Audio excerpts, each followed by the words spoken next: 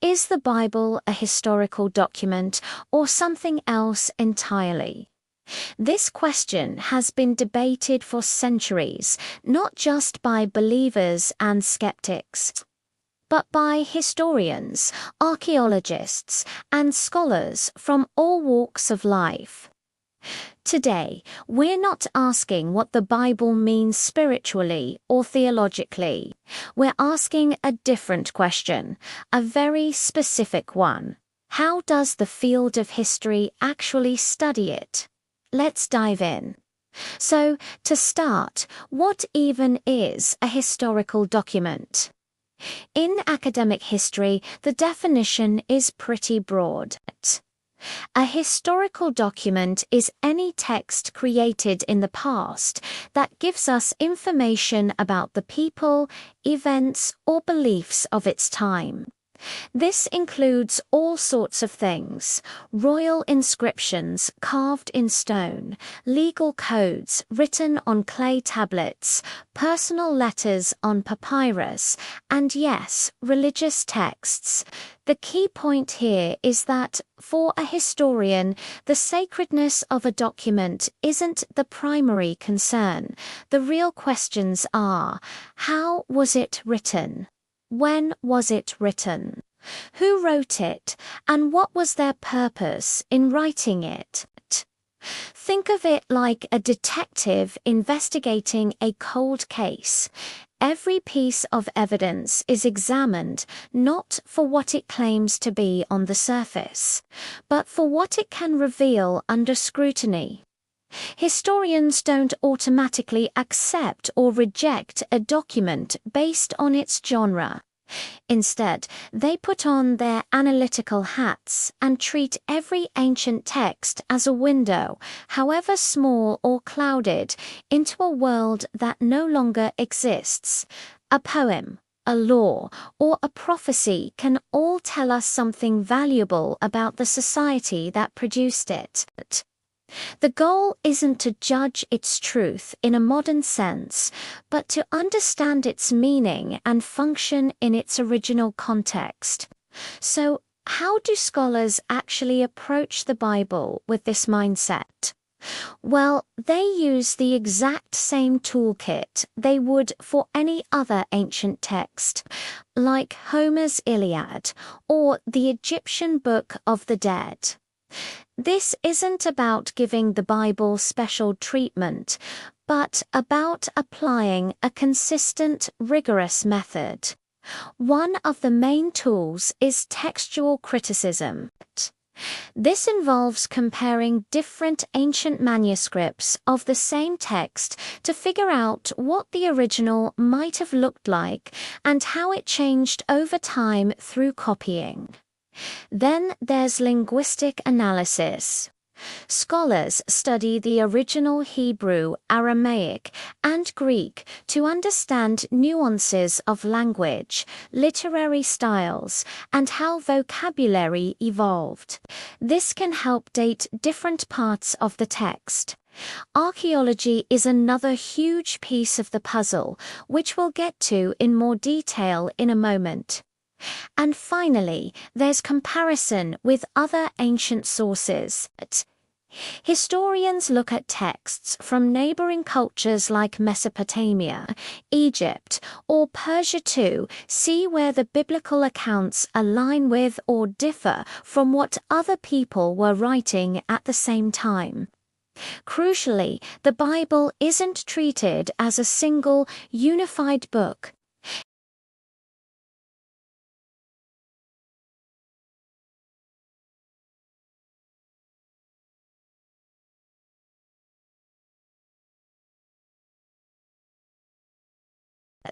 A law code written during the time of a powerful kingdom is very different from a prophetic text written during a period of exile and crisis. Recognizing this diversity is the first step to understanding the Bible from a historical perspective. Now, let's talk about archaeology. What can it really tell us, and what are its limits? It's a common misconception that archaeology is meant to prove the Bible. That's not really its job. Archaeology doesn't prove beliefs. You can't dig up faith or a miracle. But what it can do is confirm the historical setting. It can provide a physical context for the stories. For example, excavations across the Middle East have unearthed cities, palaces, and temples that are mentioned in biblical texts. We've found inscriptions that name kings and officials who also appear in the Bible, like King David through the Tel Dan stele or Pontius Pilate on a stone found at Caesarea.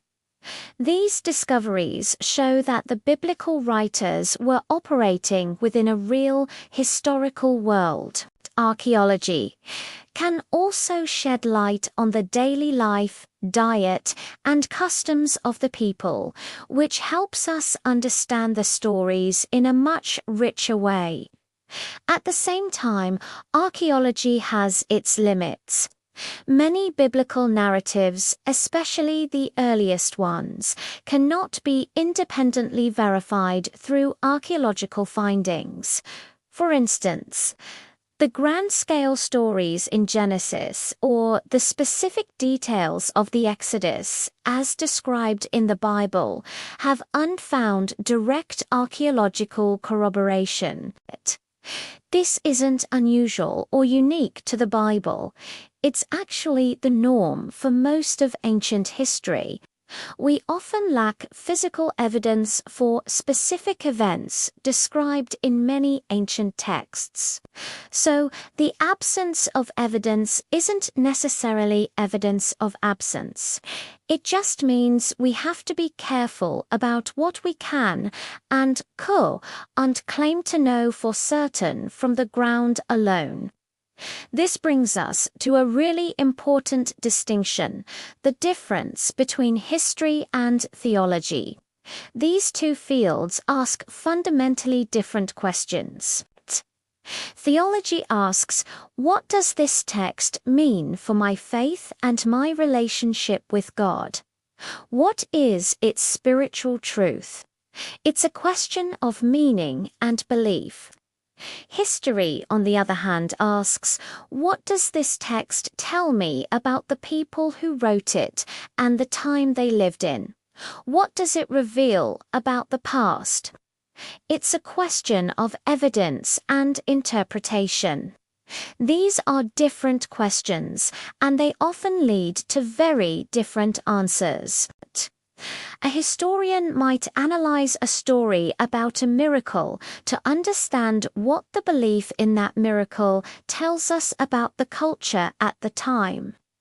A theologian might analyze the same story to understand its divine message. Neither approach is necessarily better than the other. They just have different goals. Recognizing this distinction is what allows historians to study the Bible as a serious historical source without having to either accept it as unquestionable divine fact or dismiss it as pure fiction. It exists in that complex middle ground, and that's what makes it so fascinating to study. So after all this analysis, what do scholars who study the Bible historically generally agree on?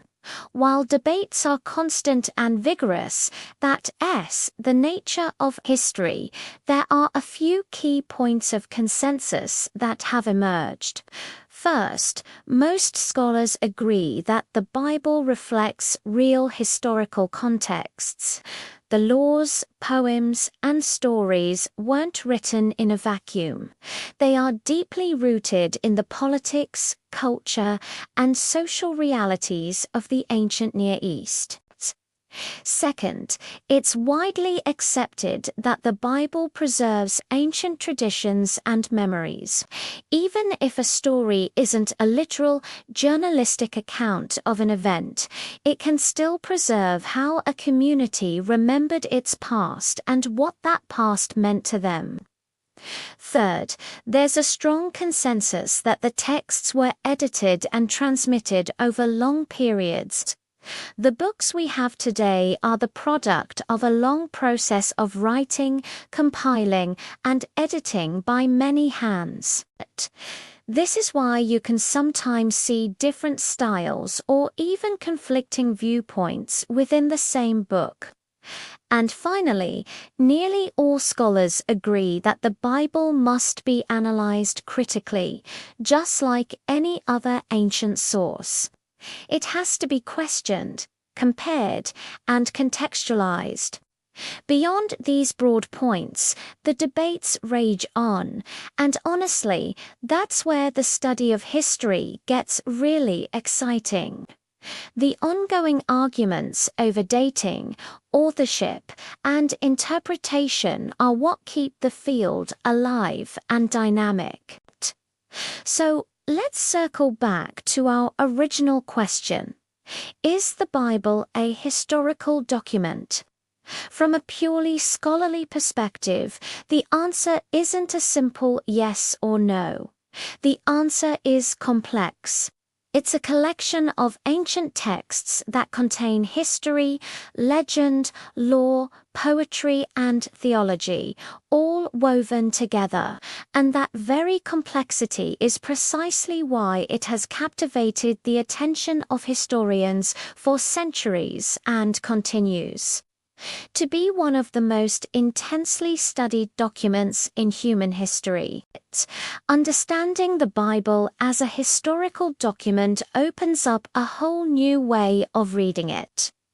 In our next video, we are going to explore one of the most fundamental questions of all. When was the Bible actually written? The answer might surprise you, and it has huge implications for how we understand its contents. Thanks for watching, and be sure to subscribe so you don't miss it.